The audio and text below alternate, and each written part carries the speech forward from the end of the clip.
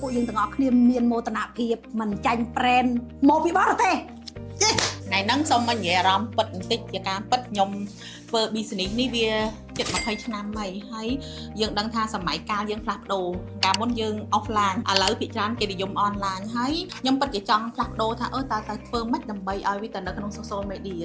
មានគំនិតចង់ធ្វើហើយគិតហើយដឹងថាត្រូវធ្វើម៉េចប៉ុន្តែធ្វើអត់ចេញ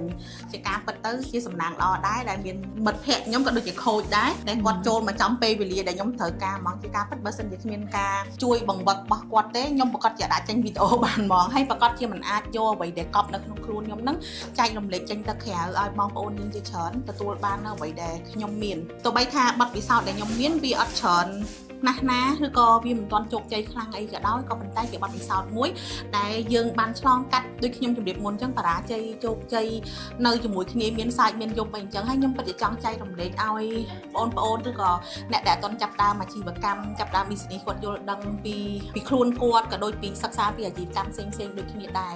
តែអត់មានភាពក្លាហានក្នុងការមកនិយាយមកចែករំលែកអីទេនិយាយការពិតទៅមកជួបគាត់បង្ហាញវិធីធ្វើងាយអស់ទៅមិនមែនដោយសារគាត់ជាមិត្តភ័ក្តិឬក៏ជាអីទេប៉ុន្តែខ្ញុំនិយាយការពិតថ្ងៃនេះខ្ញុំចង់ប្រាប់ថាបើសិនជាបងប្អូនម្ចាស់អាជីវកម្មចង់ធ្វើវីដេអូឬក៏ចង់ថតចង់ចែករំលែកអីឬក៏ចង់ឲ្យគេស្គាល់ពីខ្លួនយើងថាជានរណាហើយបើសិនយើងអត់ធ្វើឬក៏មិនថាគួរតែរកអ្នកប្រឹក្សាទោះបីថាមិនមករកគាត់ជាមិត្តភ័ក្តិខ្ញុំក៏ដោយជាអ្នកណាក៏ដោយដែលគេធ្វើខាងហ្នឹងគួរតែទៅរកទីប្រឹក្សាឬក៏ទៅរៀនឬក៏ទៅបង្វឹកបន្ថែមជាការពិតទៅវាមិនត្រឹមជាការធ្វើវីដេអូនៅលើអនឡាញហើយមិនមែនត្រឹមតែថតតាមពិតយើងរកអ្នកដែលគាត់តែចេះថតហើយមកកាត់តឲ្យយើងផ្សាយហ្នឹងវាជាភាពងាយស្រួលទេអត់ពិបាកក៏ប៉ុន្តែរកទីប្រឹក្សាដែលជួយបង្វឹកយើងហើយនឹងដឹកនាំបង្ហាញផ្លូវយើងរបៀបរបបក្នុងការធ្វើរបៀបម៉េចហើយនឹងផែនការមួយចំនួនគឺយើងពិបាករកខ្លាំងណាស់និយាយការពិតទៅហើយ plan ខ្លះខ្ញុំគិតដល់5ឆ្នាំហើយតែធ្វើអត់ចេញទេតែដល់ពេលយើងមានទីប្រឹក្សាមាន coach មាន